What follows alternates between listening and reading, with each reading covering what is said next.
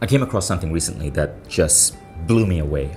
I was not expecting it, and it had to do with some research that scientists were doing on how to access altered states. So you see, most people in the world today, we function in what is called the beta level brain frequency, or it's the waking state, right? But today, we know that our brains are far more complex than that, and there are different states of consciousness that you can access: alpha, theta, gamma, delta.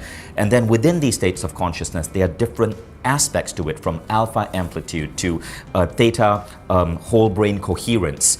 But when you access these states, they seem to give you access to unique abilities. So, for example, scientists know that if you can access the alpha wave frequency at a conscious waking level, you tend to be more relaxed, you tend to be more chill. And in fact, when you're meditating, that's exactly what you're doing. So we've created this society, this culture, where we train people that they are monophasic, that they have only one phase, beta. But that's not real.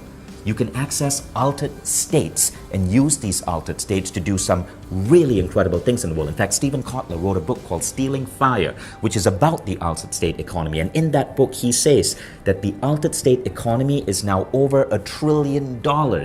And it ranges from Marines using technologies to get into states where they can focus better, to CEOs using these technologies to be able to magnify their impact, and ordinary people using these technologies to be able to get chill, meditate, and get in the zone, right?